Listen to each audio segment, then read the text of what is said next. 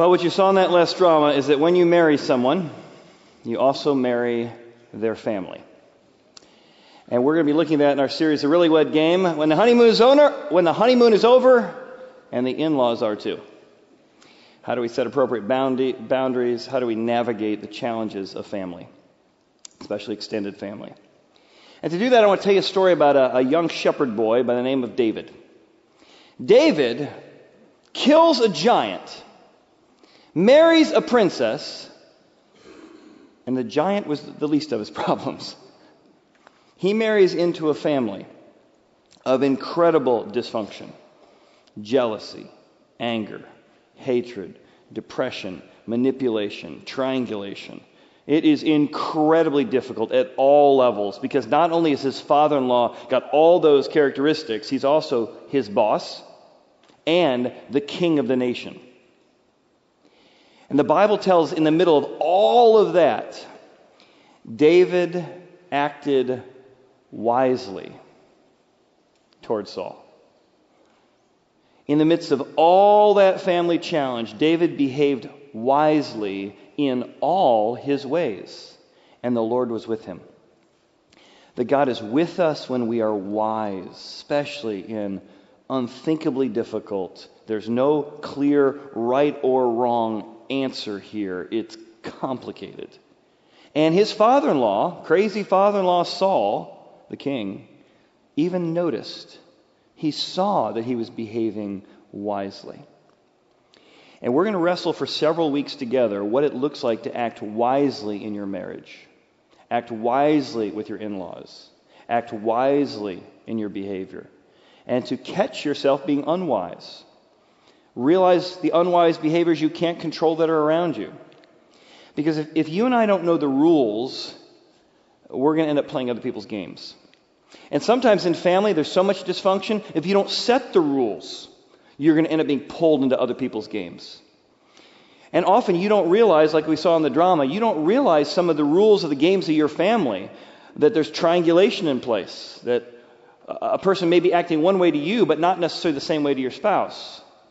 You might be pulled into a family where triangulation is how they always talk. No one talks directly to each other. You tell someone who tells someone. People who bait each other, push each other's buttons. Maybe come into a family that no one's ever called one family member to account, and they think they can say whatever they want, control whatever they want, yell at whoever they want, and it's always your fault. They can't own their stuff. How do we behave wisely in the midst of incredibly difficult situations? There's not going to be a silver bullet in this series, but I'm hoping to give you a lens. A lens by which you can begin to look through impossible family situations and at least apply some wisdom to how you might navigate those challenges. And to do that, we're going to look at David and how he does it through an incredibly complex relationship with his father-in-law, brother-in-law, wife, and family. We'll look at some unwise aspects and then some wise aspects, because the bottom line is that unwise behaviors, and we all have them, by the way, create games, unhealthy games. And it's easy to see unwise behavior sometimes in other people, your spouse, your kids. It's very hard to see those unwise games in yourself. And it's very hard to see them from your family of origin because that was just normal for you. You don't see them as unwise. You don't even see them as unhealthy. You just see them as how marriage works. So we're going to really have to do some work to begin to examine what is an unwise behavior I'm bringing to the table, what's an unwise behavior that's all around me, and what are some of the unhealthy games that's created, and how do we set rules to keep ourselves from being pulled into other people's games. One of the first unhealthy behaviors you see in King Saul is he is incredibly controlling. He wasn't courageous enough to fight Goliath himself, so in order to get somebody to have enough courage, he actually had to sort of bribe them. Anyone who takes on the giant, you can, marry my daughter, and a few other things. So David ends up marrying into the royal family because he defeated a giant. And look at the first thing he discovers with his new father-in-law, the king. He is a controller. The soul of Jonathan, that's his brother-in-law, was knit to the soul of David. He suddenly has a great relationship with his new brother-in-law. And Jonathan loved him as his own soul. Saul, however, his father-in-law, took him that day, David, a shepherd boy, away from his family, and would not let him go home to his father's house anymore. You're never going to see your mom and dad anymore. You're never going to go home anymore. No visits. I'm in charge. I'm your source. Total controlling from the very beginning. And he's not just a father-in-law. He's your boss, because David's now in the army. He's also the king of the military. In her book, Toxic In-Laws, the author tells a story of Anne. She's 31. She's a graphic designer. She's built a very, very successful business with her name as the company. When she went to get married, she talked over with her husband, and she decided not to take his name, mostly because all of her brochures, all of her websites were branded to her company and her name brand. And immediately her new mother-in-law began to talk about how inappropriate that was, how there was could never possibly be a good reason not to take the family name. She then constantly in front of her and around her while they were dating would say, this woman, Anne, she's just far too ambitious. You're going to play second fiddle to her all of your life. And Anne hoped that maybe that was just in the dating years, that maybe once they got married that behavior would change. 2 grandchildren later, and she said there is no changes. And there are certain people that you can hope they'll grow out of it. They're not going to grow out of it. You're going to have to set some boundaries. I remember we had an in-law situation in our family where there was just constant critique going back and forth in the marriage of one of our in-laws. And we had to sit down with them when we were early married and say, listen, we care about you both. We love you both. When you criticize each other in front of us, our heart breaks and it makes it very hard to enjoy our time together. We would like, while you're visiting us, to be nice to each other. It was a hard conversation to have, honestly. We did it as graciously as we could, and it made those visits so much easier. Because we just said, here's the boundary. Here's the rules of the game. If that's how you act at home, I'm glad it's working for you. But you're killing us. Look, he's not just controlling. He also controls. Another type of controlling is controlling through entitlement. I'm going to give you things so that you need me. I'm going to give you things so you owe me. I'm going to give you things so I'm your source. I'm going to cut off your supply lines to your home. And I'm going to show you how much you need me, your father-in-law. So Saul set him over the men of war. I'm going to give you a job. And you're going to be the job high up in the company. So you're over a man of war. Oh my goodness, I get your promotions. I've got your popularity. You owe me because of what I've given you. And he was accepted. And not only that, that's going to bring money, it's going to bring popularity, that's going to bring acceptance from other people. Just know, David, I'm for you as long as you do what I say, but everything you have and everything I've given you, don't forget, you owe me. However, David becomes so popular as a mighty warrior.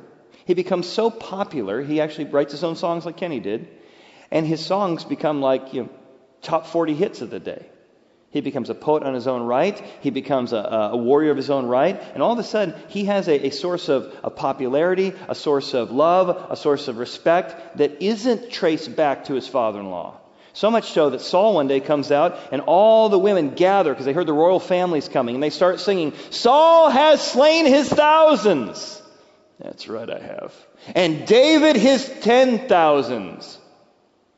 Pulled out the hacksaw. Suddenly his son-in-law has become more popular than him. They're singing about the 10,000s. His son's supposed to owe him, not become more popular than him, and he's losing control. There are situations in family that somebody offers something, you got to think really seriously before you take it, even if it's a great offer, because it might come with strings attached. I read a Facebook post from a good friend of mine who's been to our church several times. She has been in our life for many, many years. And she wrote this just gut-wrenching Facebook post that I wouldn't have recommended. It was very wise to put on there. But it openly talked about the story she'd shared with us of growing up with a family with a father who was bipolar, incredibly controlling, and used the trust fund in front of her all the time. I'll cut off your trust fund. I'll cut off your trust fund. Totally manic, totally out of control. Never could be called on his anger because I'll take the money away. I'll take the money away. I'll take the money away. Wife ended up becoming suicidal, in and out of centers. No one could hold him to account because he used his money and his power to control people. And she had to set some boundaries. even if it meant losing access to some money. The third thing we see about this unhealthy behavior is that he's incredibly suspicious and angry. And unhealthy people don't trust. Unhealthy people are angry. Unhealthy people are suspicious. They're suspicious of your motives because they know their own motives. They always have an agenda, so they assume you have an agenda. Saul was very angry that they're singing this song, and the saying displeased him.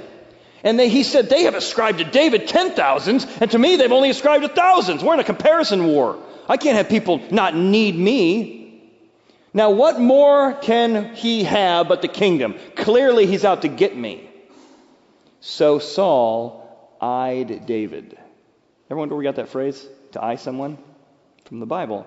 David eyed David from that point on. Saul did. Suspicion. And see, fearful, hurt people, suspicious, manipulative people are always suspicious because they assume you might be doing to them what they're doing to you. And so if you see suspicion and fear coming from someone, it's wise to discern, if they're so suspicious of me, what might be going on in them that I need to be worried about? I took a job, and a week into the job, I had my boss pull me aside and say, I got to tell you, Chad, you're the only one I can trust around here. No one else I can trust. People he'd worked with for 5 years, 10 years. And he was doing that actually to try and say, look, you're close. I'm giving you access to the trust. You know, immediately my spidey sense went off. My inner spidey sense said, for how long? If you don't trust anyone else around you, I don't trust that this trust is really trust. I have a sister-in-law I haven't talked to for 10 years because I had to set a boundary. I've tried to restore that relationship many, many times. But I have not been able to because of the boundary I set. And the boundary was, I'm willing to talk about what happened. I'm willing to talk personally with you first, and then I'll involve my wife in the situation. But the demand she made of me 10 years ago is you will put your wife on the phone right now, and if you don't, I'll never talk to you again. I said, well, you've been cursing at me for 30 minutes. I'm not going to let you curse at my wife. So if you'd like to calm down, if you want to make some rules that we're going to talk about this without cursing at each other,